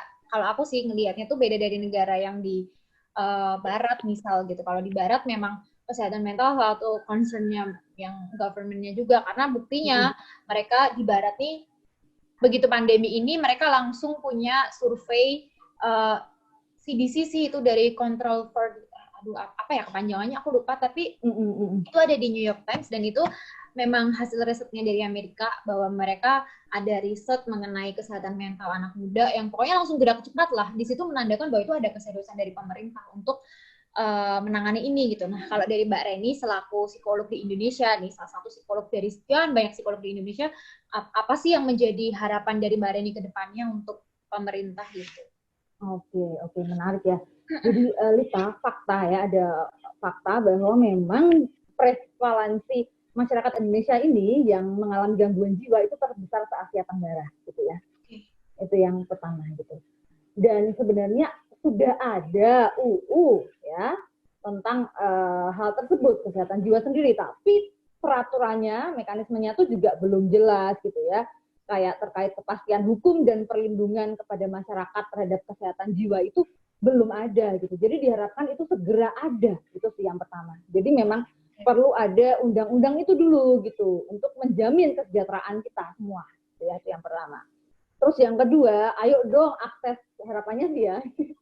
Jadi akses itu kemudahan untuk memperoleh tenaga profesional itu lebih ditingkatkan lagi gitu. Kalau sekarang kan baru di Jogja, gimana kalau di daerah lain? Apakah ada? Kan belum ada gitu ya. Jadi harapannya sih jadi lebih ditingkatkan lah akses untuk ke profesional tadi gitu. Kalau di Jogja ini kan langkahnya sudah cukup baik. Nah, misalnya untuk daerah lain yuk yang lain juga gitu, terutama daerah-daerah yang memang belum ada akses terkait profesional help-nya, bahkan mungkin jumlah psikolognya juga masih sedikit banget gitu kan. Nah, itu sih. Terus juga kalau untuk penanganan COVID-19 sendiri sebenarnya harapannya sih pemerintah bisa urusin hulunya juga gitu ya, penanganan pandeminya gitu, karena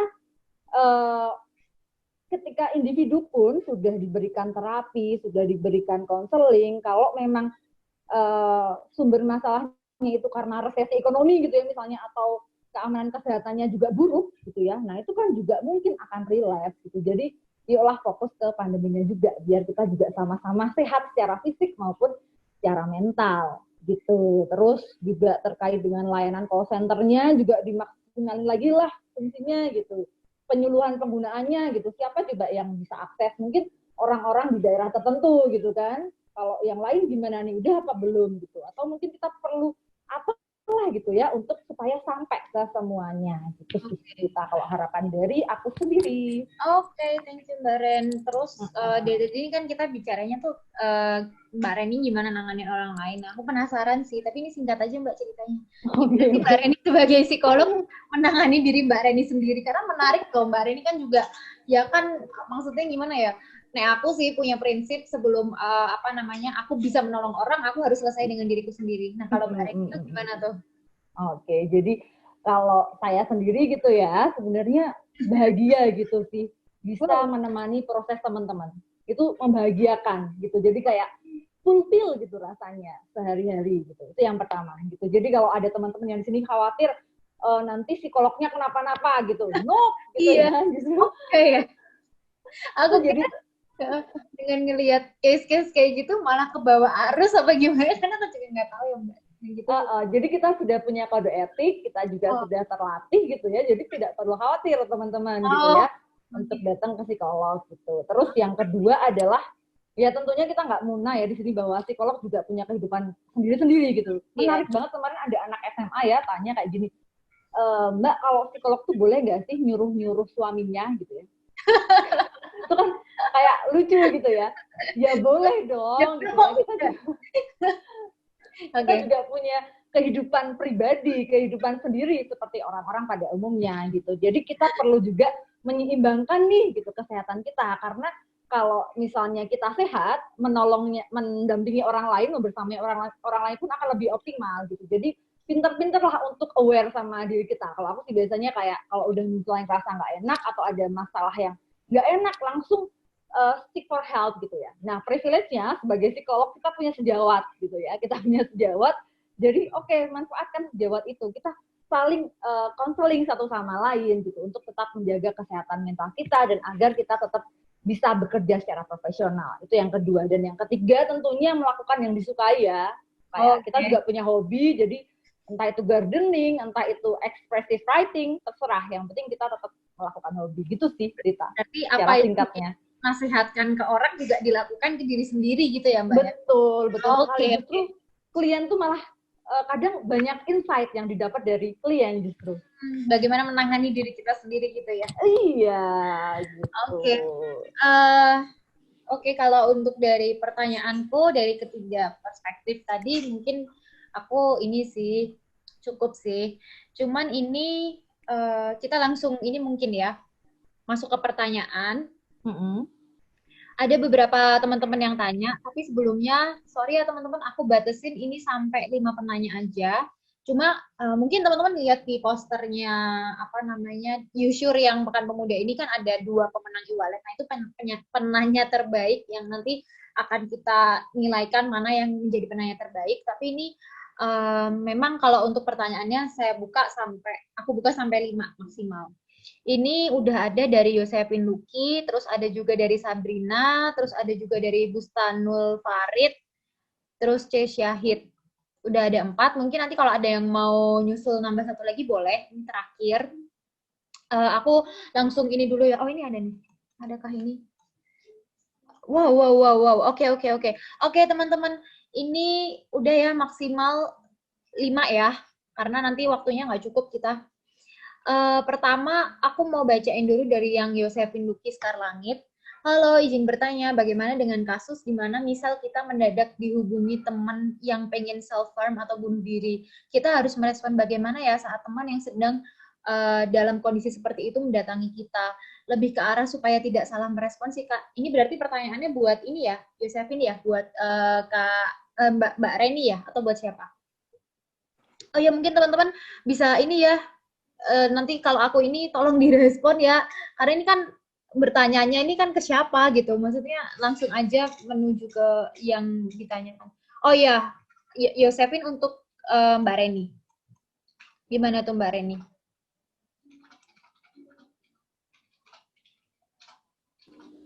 Baik gitu ya, jadi pertanyaannya menarik gitu ya. Gimana nih Kak, kalau misalnya ada teman yang self-harm gitu ya, tiba-tiba datengin kita, gitu ya pertanyaan tadi ya, kita ya? Iya, self-harm. Oke, baik. Jadi ketika memang dia datang ke kamu, artinya apa? Artinya dia percaya sama kamu, dia trust ke kamu, gitu kan? Itu pertama yang perlu kita sadari, gitu ya. Jadi memang kamu ini teman dekatnya yang memang dia percaya untuk cry for help, gitu ya, itu ke kamu. Gitu. Itu pertama yang perlu kamu sadari. Kedua, accept dia, terima dia, dengerin dia, gitu ya, tanpa judgment. Dari accept kondisinya itu, kita nggak perlu bingung harus apa. Oke, kita duduk di sebelahnya, kita terima dia, gitu ya, dengan oke, duduk sini, ambilin minum kayak ini kalau mau minum, gitu ya. Ya udah, accept dia apa adanya dengan kondisi dia. Entah nanti dia ceritanya mau apa-apa, ya udah terima semuanya. Itu pertama, prinsipnya acceptance, gitu ya. Terus yang kedua, kita listen, gitu ya. Kita dengarkan. Dengarkan itu artinya kita benar-benar hadir untuk dia juga, attend gitu ya. Kita hadir nggak cuma secara fisik kayak fisik doang. Ketika dia udah mulai cerita atau apa, kita hadir secara pikiran, perasaan gitu ya, benar-benar fokuskan ke dia gitu. Itu yang kedua. Jadi dengarkan tanpa judgment tentunya gitu ya. Tidak perlu menghakimi, tidak perlu menilai. Kayak misalnya dia cerita nih self-harm karena dia putus sama pacarnya. Terus kita malah ngejudge gitu kan, kayak, ih lu putus aja self-harm, santai aja kali gitu. Masih banyak orang yang lebih baik misalnya. No, itu nggak membantu gitu ya. Apalagi kalian bilang sabar ya gitu. No, ya itu mungkin kata-kata yang tidak gitu ya, Mbak. Jadi tidak semudah itu. Jadi cukup didengerin aja gitu. Lebih baik kamu dengerin, walaupun tidak berkata banyak nggak apa-apa gitu ya. Kemudian empati juga. Jadi kita mencoba gimana sih kalau ada di posisi dia, terus refleksikan juga perasaannya. Oke, sedih ya tentunya ketika dalam kondisi ini gitu kan. Kita mencoba ada di sudut pandangnya dia gitu, bagaimana sedihnya dia gitu sih. Terus juga ketika memang sudah self-harm, so kita mungkin perlu untuk encourage dia untuk seek for professional help gitu ya. Jadi ketika udah self-harm, ada self-harm, yuk kita ke professional help kayak gitu sih. Karena ini tiba-tiba kan ya, jadi kita mungkin agak kaget, tapi nggak apa-apa, tenangin diri dulu sebentar, terus lakukan hal yang tadi saya sampaikan. Acceptance, listening gitu ya Mbak ya, tadi itu. Ya, empati juga. Ya empati itu salah satunya bagaimana cara dia merespon temennya yang mau cerita itu tadi. Bagian dari empati. Itu sih benar banget. Kalau enggak dia nggak akan terbuka dan malah nanti apa ya, responnya nanti akan beda lagi gitu. Oke, ini Yosef ini menambahkan nih, kalau boleh minta responnya juga ke Mbak Afina sama Mas Haikal, bagaimana memilih teman yang nyaman untuk dijadikan tempat cerita. Betul. Apa kalau membingungkan? Oke, tapi aku batasin ya, ini mungkin nanti Kak Haikal sama Kak Afina singkat aja untuk apa menjawabnya. Silahkan, mungkin dari mulai Kak Afina dulu. Oke. Pertanyaannya Yosefin tadi. Ini pertanyaan yang menarik sih sebenarnya, bagaimana kita bisa menghadapi teman yang self-harm gitu loh. Cuman dari aku, secara singkat aku memiliki 3 tips, yaitu adalah pertama listening, bener banget kata Mbak Reni, yaitu listening itu penting banget dan sangat berguna. dengerin. Beda ya listening sama hearing. Kalau hearing itu mendengarkan, kemudian kamu keluar dari kuping kiri gitu loh. Tapi kalau listening, kamu mendengarkan, kemudian kamu taruh, benar kata Mbak Reni lagi, taruh empati kita, karena empati juga sangat penting, bagaimana kita memposisikan diri kita sebagai dia gitu loh. Itu pertama, listening. Kedua, jadi listening itu dengerin cerita dia dengan baik. Kemudian kedua, pastinya harus ada feedback dong ketika kita menceritakan, yaitu speaking, di mana kita harus ngasih feedback yang baik, jangan sampai membanding-bandingkan masalah kita dengan masalah dia.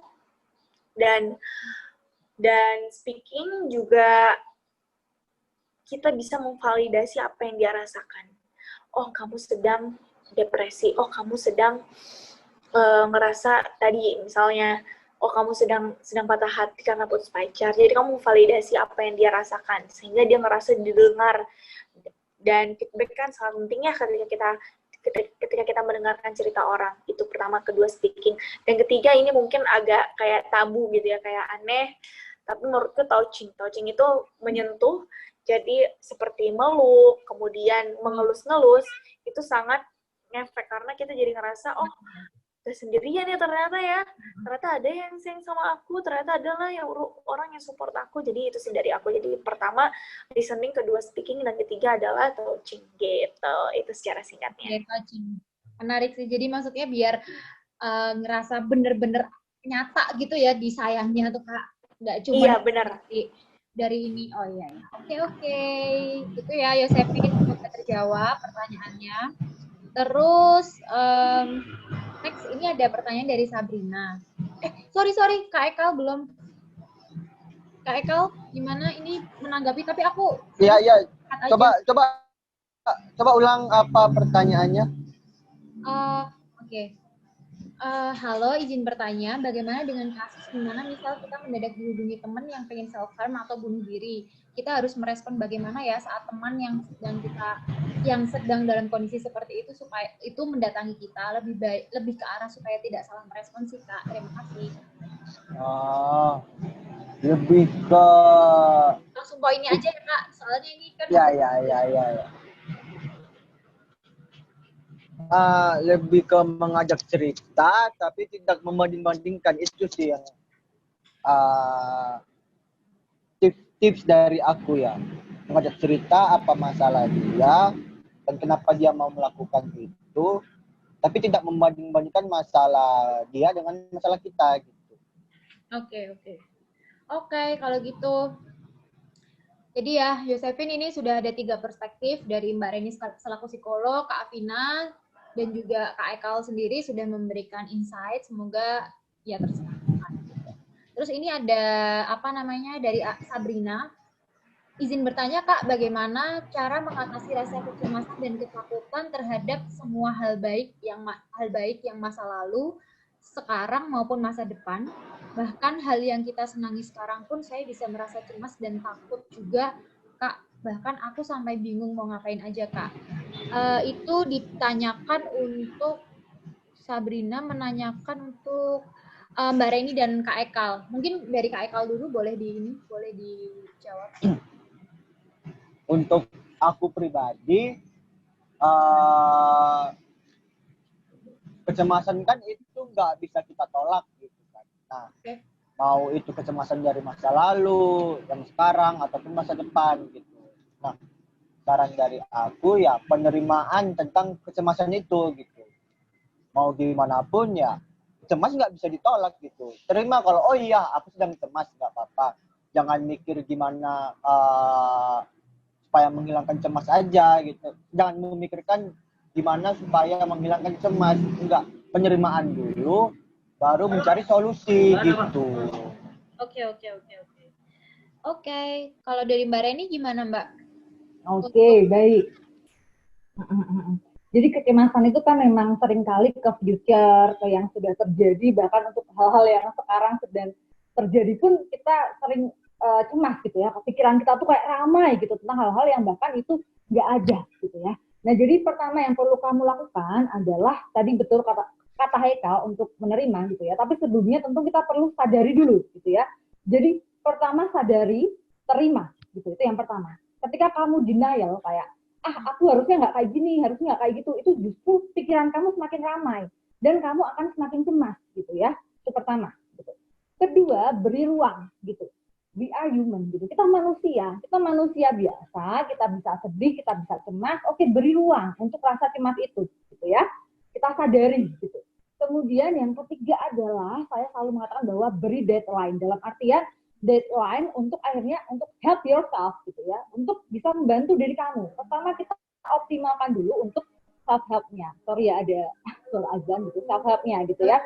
Bisa jadi kamu be mindful gitu ya, praktekkan misalnya mindfulness, kembali ke kesadaran dengan kamu mengoptimalkan indera kamu misalnya, kayak aku kok flight ke depan ya, flight ke belakang ya.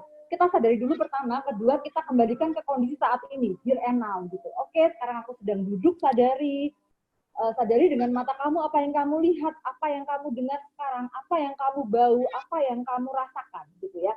Nah itu kembalikan untuk kembali ke realita, be mindful gitu sih. Nah kalau udah self help gitu ya, atau mungkin dengan expressive writing gitu ya, dituliskan kecemasan semuanya gitu ya, itu akan membantu untuk memetakan gitu. Nah itu good gitu ya, ketika kamu bisa self help. Nah tapi kalau memang itu kok berlangsungnya lama, nggak kelar-kelar, ayo deh kita seek for professional help aja, biar kamu segera dapat penanganan sedini mungkin. Gitu sih Lita ya, secara singkat. Oke, siapa tadi? Sabrina, semoga terjawab ya pertanyaan dari Kak Ekal dan juga Mbak Reni. Terus selanjutnya ini ada Bustanul Farid yang juga mau menanyakan ke Mbak Reni, seorang introvert kan memiliki keterbatasan dalam berekspresi ketika di suasana ramai. Namun mereka itu bisa ekstrovert ketika pada lingkungan tertentu saja. Dalam hal ini, apakah perlu untuk pergi ke psikolog atau psikiater untuk melatih kita agar bisa terbuka secara global, khususnya di lingkungan umum? Atau gimana? Oke, baik. Jadi gini ya, aku dulu ya mungkin kita ya. Itu siapa dulu? Khusus untuk aku. Iya. Oke, baik. Jadi introvert itu apa sih gitu ya? Kayak kadang orang yang rasa introvert akhirnya merasa kok nggak bisa berkembang gitu ya. Nope gitu ya. Introvert tuh nggak ada yang salahnya ketika kamu introvert. Itu yang pertama gitu ya. Introvert sendiri apa? Introvert sendiri adalah kamu mendapatkan energi ketika kamu sendiri. Ketika kamu me time.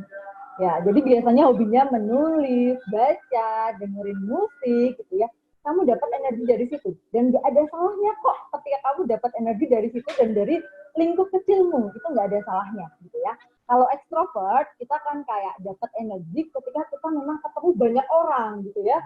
Kayak semakin kita ketemu banyak orang, energi kita semakin meningkat gitu ya. Itu bedanya introvert dan extrovert. Jadi lebih ke energinya gitu ya. Nah, ketika kamu introvert, nggak apa-apa gitu ya. Pertama, kamu kenali dulu sebagai seorang introvert, strength kamu apa, weakness kamu apa. Dan siapa sih yang menuntut kamu untuk jadi orang ekstrovert juga, atau untuk jadi orang yang bisa berbaur kemanapun. Kan nggak ada gitu ya. Jadi lebih baik kenali diri kamu sebagai seorang introvert, strength kamu apa, weakness kamu apa, dan juga optimalkan itu. Pokoknya kuncinya tuh sebenarnya dari semua tuh acceptance dan juga mencari apa yang menjadi kesenangan dari diri kita ya Mbak ya. Benar sekali. Jadi kenal kita. Walaupun itu proses ya nggak mudah ya. Iya. Ini juga ada pertanyaan dari C. Syahid dan ini pertanyaan untuk Kak Afina.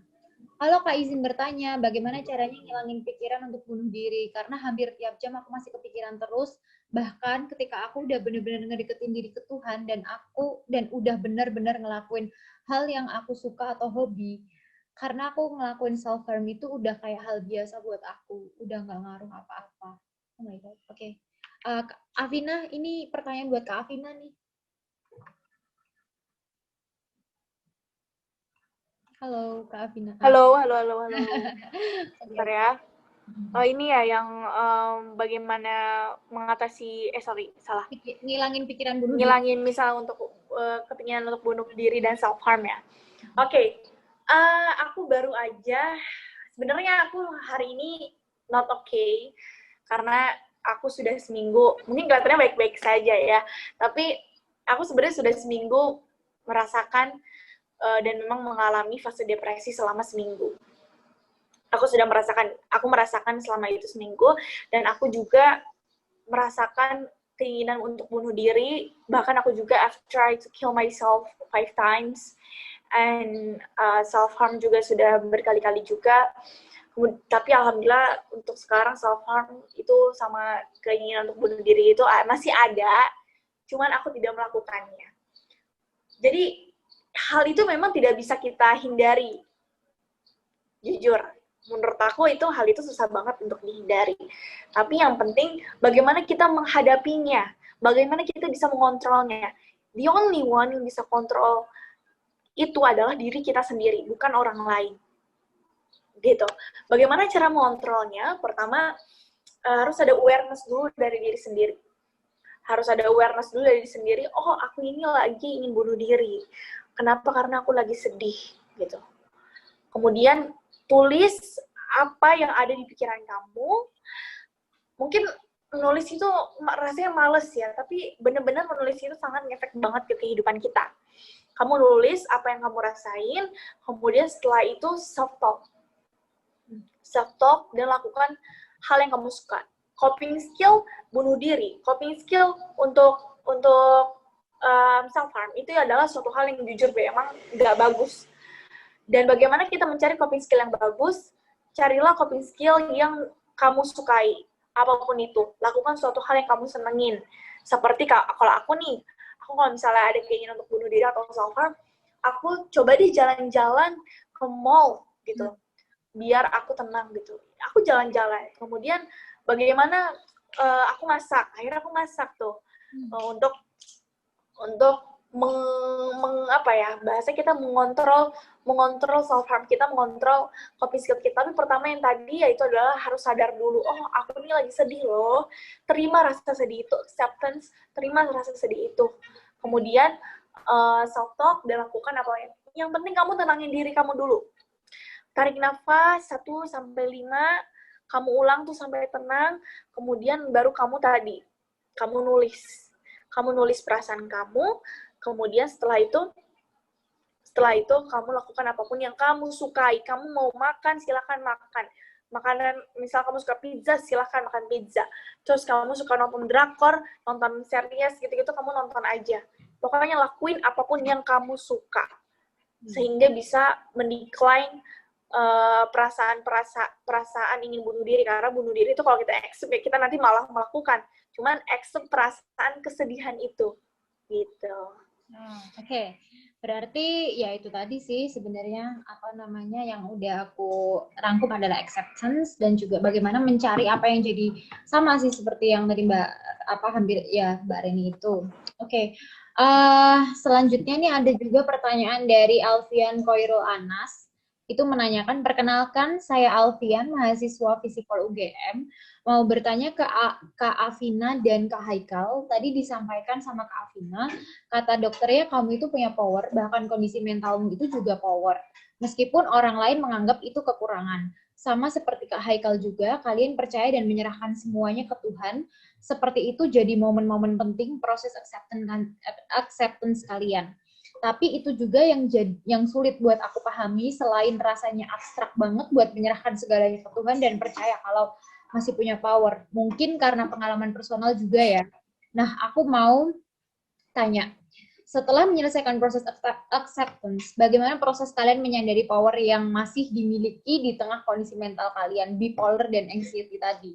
Dan power-power apa saja yang diperlukan untuk bisa go public, kembali bersosial dan menemukan pekerjaan supaya ada penghasilan gitu. Itu dari Alfian dan itu ditujukan untuk Kak Afina dan juga Kak Haikal. Oke. So menurut aku bagaimana kita bisa mencari power, terus gimana kita caranya bisa produktif lagi sehingga kita bisa menghasilkan misalnya salary yang baik gitu. Itu menurutku pertama, kalau misalnya kamu memang sudah didiagnosis, lakukan terapi yang sudah ada, lakukan treatment yang sudah ada, gitu. Kalau kamu disuruh minum obat sama psikiater, ya silahkan. Kemudian terapi yang dilakukan oleh psikolog, silahkan, tolong itu dilakukan. Karena itu baik, itu bagaikan kesehatan fisik. Kita lagi batuk, kita harus konsul ke dokter, gitu. ini kesehatan mental, kamu lagi stres, kamu lagi overthinking, dan kamu ngerasa nggak produktif, kamu pergi ke psikolog. Jadi, konsulah gitu loh. Dan lakukanlah terapi gitu. Dan kedua, bagaimana kita bisa menemukan kekuatan-kekuatan, ya kamu bisa misalnya ini contohnya kenapa aku bisa melihat kekuatan aku.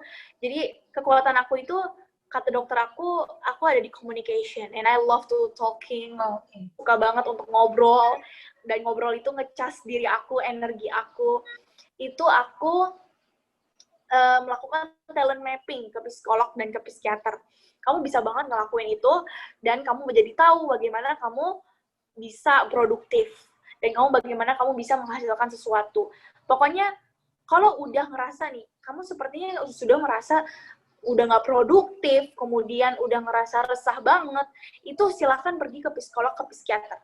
Silakan pergi ke ahlinya. Jangan sampai kamu ngerasa kamu bisa menyelesaikan diri ini sendiri. Padahal itu butuh treatment atau butuh konsul kepada profesional.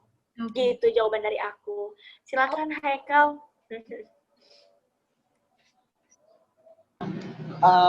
Kalau untuk dari aku pribadi, untuk poin-poin yang aku dapat sehingga aku bisa go publik, ya salah satunya dengan aku menjadikan anxiety-ku itu bukan hal yang besar untuk ditakutin gitu. Aku menjadikan anxiety-ku itu teman aku. Menerima anxiety-ku itu dimanapun aku berada dan melakukan apapun itu gitu. Dan ya benar juga kata Kak Alvina tadi, misalnya kita merasa nggak bisa ngapa-ngapain, nggak produktif, ataupun merasa resah, berkepanjangan, ya jangan sok kuat gitu. Ya kita bisa konsul ke ya ahlinya, psikolog, gitu sih. Oke, semoga pertanyaan dari Alfian terjawab. Ini udah 5 semua sudah ditanyakan kepada ini, dan kita sudah sampai pada akhir dari diskusi ini. Sedikit yang boleh aku rangkum dari kita obrolan tadi itu ya, pokoknya intinya semua ini adalah kuncinya itu nanti dikembalikan ke diri kita sendiri dulu, dan juga itu nanti bagaimana kita bisa menerima dengan itu. Tapi memang ketika kita nggak bisa benar-benar untuk dealing dengan itu, lebih baik dikonsulkan atau ditanyakan kepada ahlinya langsung, seperti yang barusan Kak Afina bilang. Nah, nanti di situ akan banyak proses yang mungkin kita dituntun untuk bisa menerima, bahkan nanti dituntun untuk seperti apa sih yang bisa kita lakukan lah, atau tadi berkaitan dengan power gitu, maksudnya kayak ternyata ada keahlian ini yang baru kelihat ketika kita ke ahlinya atau ke psikolog atau psikiater itu langsung gitu.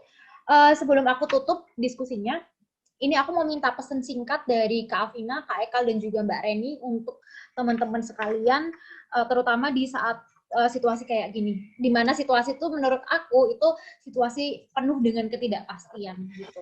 Aku mau minta pesan singkat untuk teman-teman muda sekalian. Jangan keluar dulu ya teman-teman, nanti aku minta tolong untuk foto bareng setelah pesan singkat dari masing-masing pembicara. Mungkin bisa dimulai dari Kak Afina dulu. Oke. Pesan aku, apalagi lagi di pandemi seperti ini, suasana yang seperti ini, aku mohon jaga kesehatan mental kalian seperti menjaga kesehatan fisik kalian, gitu. Misalnya, kamu olahraga untuk kesehatan fisik kamu, begitupun dengan self-care untuk kesehatan mental kamu, seperti kamu meditasi, kemudian kamu terapi, dan lain-lain. Jadi menurutku, jagalah kesehatan mental kalian seperti kalian menjaga kesehatan fisik kalian. Gitu. Oke, kalau dari Kak Ekal, pesannya? Ya, sama juga, lebih aware lah aja sih dengan kesehatan mental kalian, dan ingat kesehatan badan bisa sakit, mental juga bisa sakit gitu. Jadi dan jangan lupa jalankan hobi kalian gitu. Oke. Kalau dari Mbak Reni apa nih, Mbak? Oke, jadi hampir sama ya sebenarnya. Jadi yuk kita jaga bareng-bareng kesehatannya gitu ya, kesehatan mental kita, kesehatan fisik kita, baik diri kita maupun lingkungan kita juga gitu ya. Yuk kita bareng-bareng upayakan untuk preventif. Jadi jangan kita nunggu solusi kuratif, kita preventif bareng-bareng. Itu yang pertama dan nikmatin apa yang ada sekarang gitu ya. Karena tadi banyak hal kan ternyata yang masih bisa kita lakukan gitu ya, nikmatin hujan, kemudian kita juga bisa lakukan hobi dan tetap berkreativitas. Itu mungkin Lita ya. Oke, thank you. Teman-teman, kita sudah sampai di akhir diskusi. Aku minta tolong teman-teman buat on cam biar kita bisa foto bareng dulu.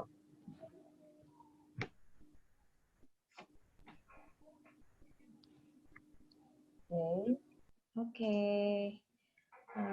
You sure. Minta tolong ya di... Udah. Oke. Udah ya nih. Oke. 1, 2, 3. Oke, udah. Terima kasih teman-teman yang udah bergabung dari awal sampai akhir. Ya, terima kasih juga pada pembicara. Sampai ketemu di lain kesempatan. Semangat selalu, sehat selalu, dan jaga apa ya? Ya, semoga semuanya lancar. Bye-bye. Bye-bye. Terima kasih.